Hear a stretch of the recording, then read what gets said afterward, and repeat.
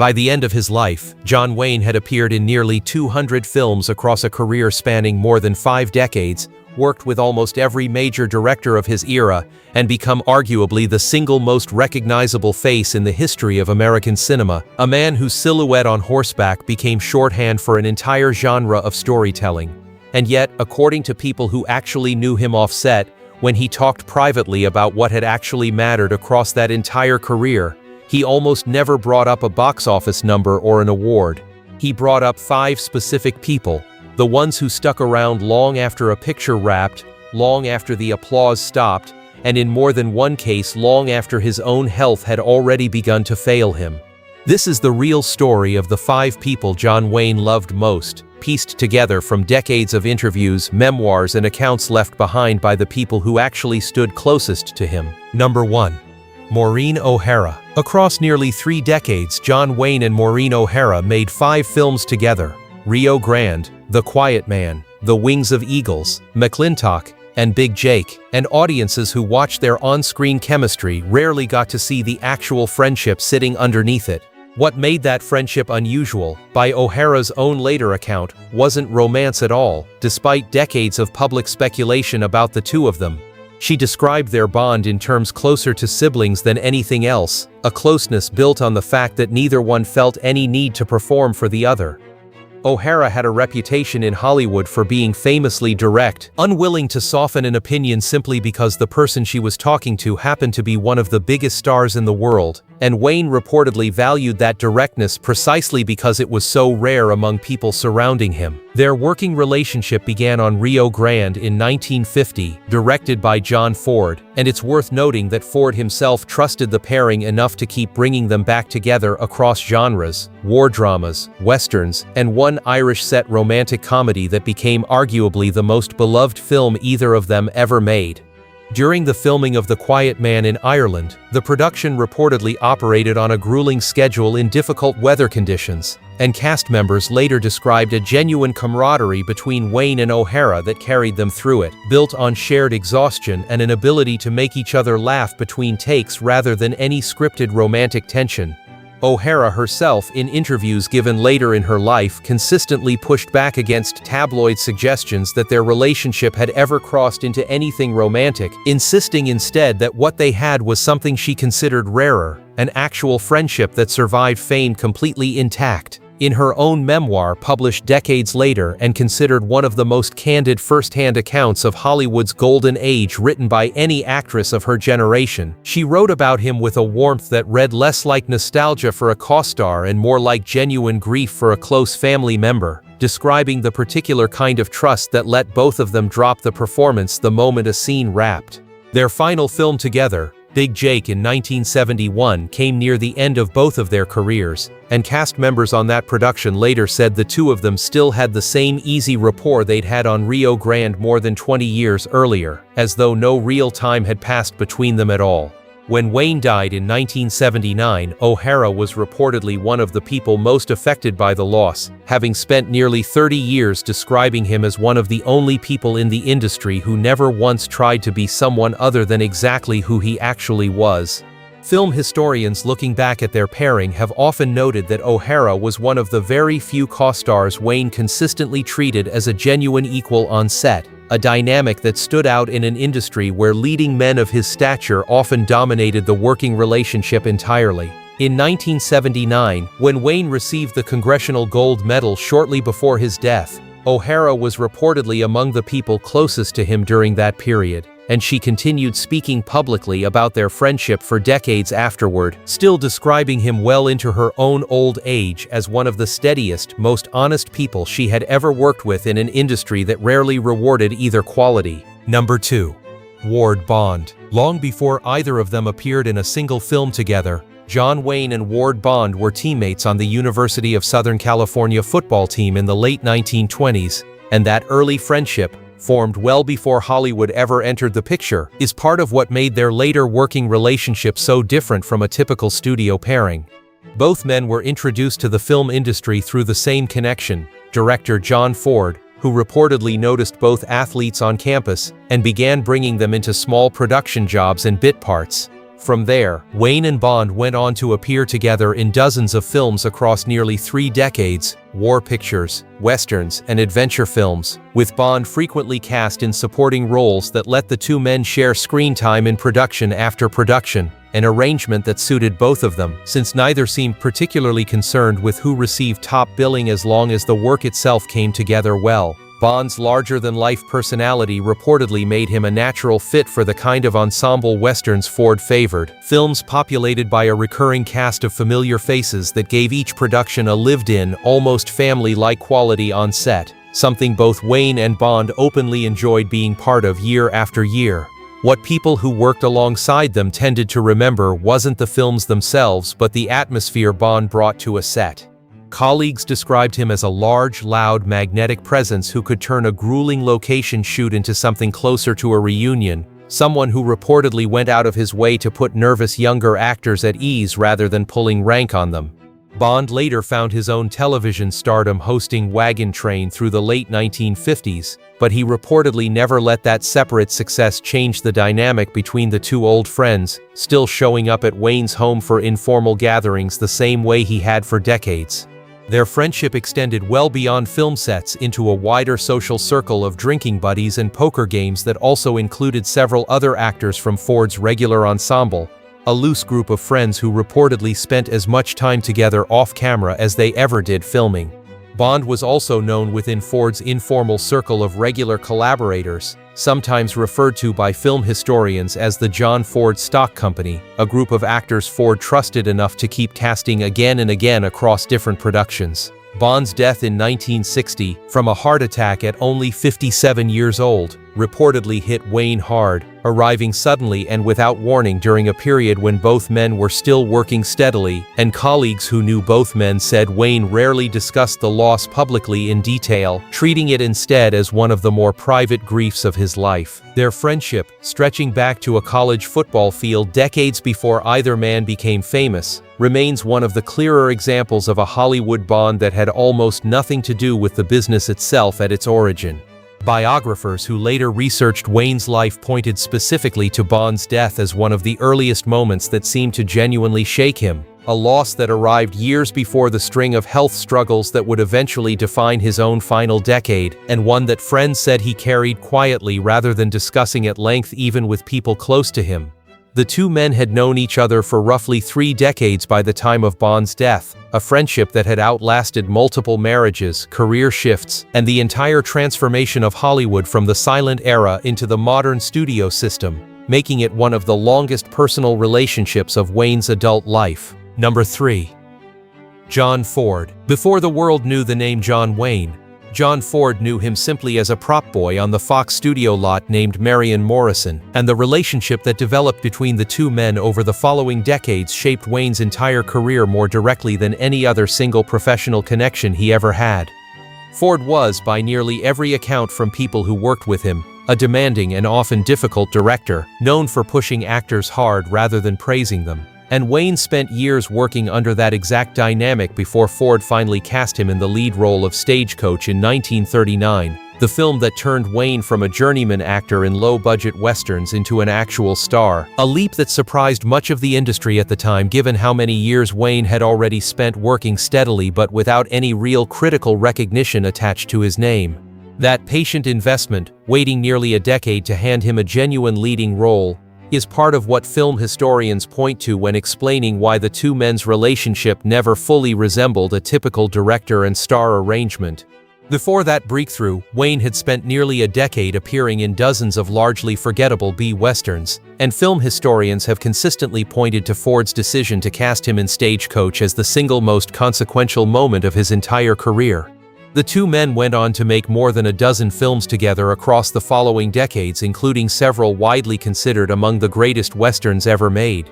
Ford's directing style was reportedly unsparing, and biographers researching both men's lives have documented instances of Ford publicly needling Wayne on set, sometimes in front of the entire crew, apparently as a deliberate method of keeping him from becoming complacent. Ford himself had also served in the Navy during the Second World War, working on documentary and reconnaissance film projects and eventually reaching the rank of Rear Admiral in the Naval Reserve, a background that reportedly shaped some of the discipline he expected from actors on his sets. Their collaborations included Fort Apache, She Wore a Yellow Ribbon, The Quiet Man, and The Searchers, a run of films film historians still regularly rank among the greatest westerns ever produced, each one deepening a professional partnership that had started with Ford essentially discovering Wayne as an unknown crew member years earlier. Despite that friction, or arguably because of it, Wayne repeatedly credited Ford in later interviews as the person most responsible for teaching him actual film technique, describing him as someone who demanded a level of preparation and discipline that no other director in his career ever matched.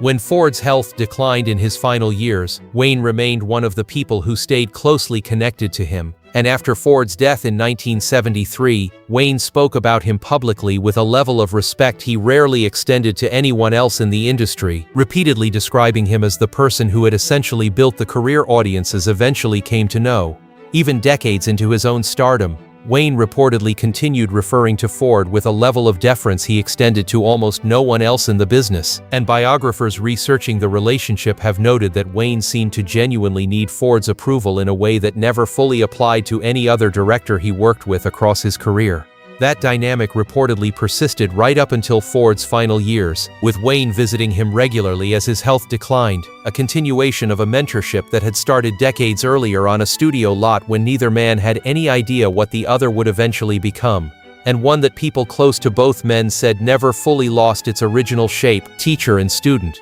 even after Wayne himself had become one of the most famous men in the world. If you're finding this story compelling, take a second to subscribe to Old Tapes. We uncover real stories like this every single week. Number 4. James Stewart. Off-screen, John Wayne and James Stewart shared a friendship built partly on parallel wartime records that most audiences of the era knew little about.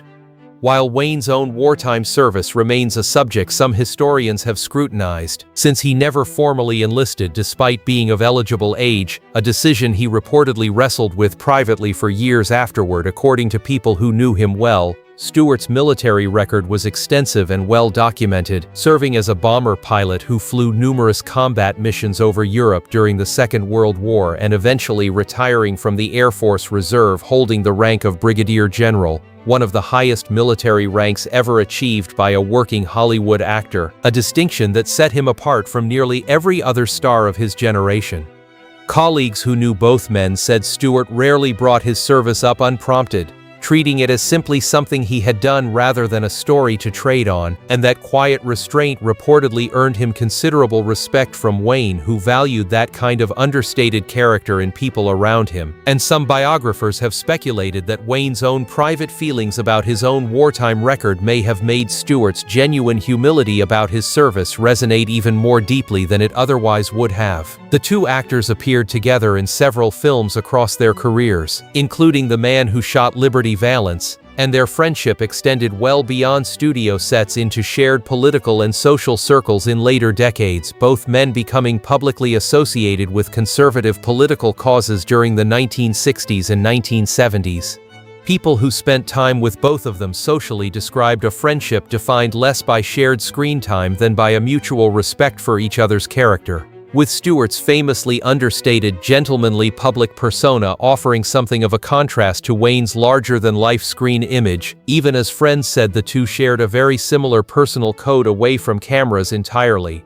one built around a kind of old-fashioned reliability that neither man ever seemed to feel the need to advertise, the sort of quiet dependability that friends said mattered more to both of them than anything either one ever achieved on screen. Interviewers who spoke with Stewart in later decades often noted that he brought up Wayne unprompted when discussing his own career, describing him not primarily as a fellow star but as someone whose word once given simply never needed to be checked twice. When Wayne's own health began seriously declining in the final years of his life, Stewart was reportedly among the people who stayed in close contact, and after Wayne's death in 1979, Stewart spoke about him publicly with the same quiet sincerity that had defined their entire friendship, describing him as a man whose private decency matched everything audiences believed about him on screen. Stewart also reportedly attended several of the same industry and political events Wayne did throughout the 1970s, and people who saw them together at those functions described a friendship that had settled into something comfortable and unhurried by that point.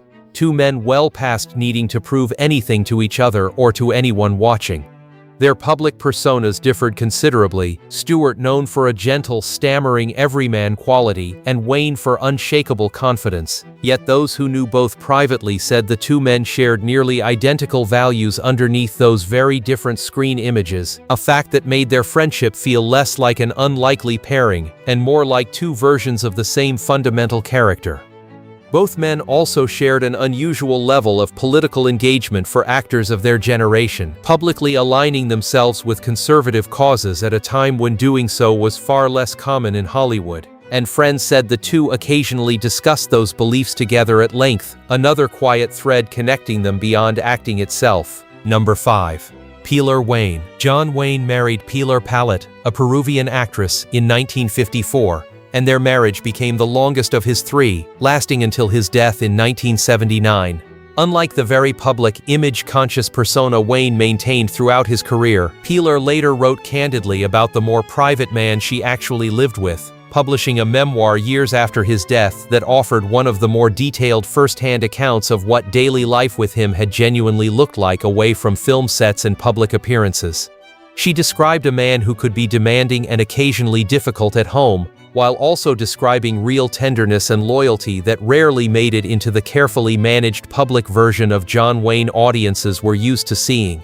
The most significant chapter of their marriage came during Wayne's long battle with serious illness, beginning with a major cancer diagnosis in 1964 that led to the removal of a lung, followed by additional health struggles in the years that followed. Pilar remained by his side throughout that period, and those who knew the family described her as a steadying presence during some of the hardest years of his life, present for medical treatments and recoveries that rarely made headlines the way his film premieres once had. Wayne continued working through much of that stretch, appearing in films even as his health steadily declined, and people close to the family said Pilar was often the one managing the practical realities of that balancing act behind the scenes, a role that received almost none of the public attention his career did. The couple had 3 children together, Isa, John Ethan, and Marisa, and Pilar later described family life in Newport Beach as one of the few places her husband seemed to genuinely relax, away from the studio expectations that shaped nearly every other part of his public existence. She also wrote candidly about the strain that his demanding schedule and larger-than-life public role placed on their marriage over the years, describing a relationship that required real effort to maintain rather than the effortless partnership fans might have assumed from the outside. After Wayne's death, Pilar continued speaking publicly about their marriage for years afterward, consistently describing their relationship as the steadiest, most private part of a life that had otherwise played out almost entirely in public view. Her memoir, published years after his passing, remains one of the most detailed first-hand accounts available of Wayne's private life, offering a portrait considerably more complicated than the confident screen persona audiences had spent decades associating with his name, a portrait of a man who, like anyone else, needed people around him who saw past the legend entirely. Reviewers who covered the book at the time noted how unusual it was for a spouse of someone so mythologized to write with that level of unguarded honesty, neither tearing the image down for its own sake nor protecting it out of loyalty,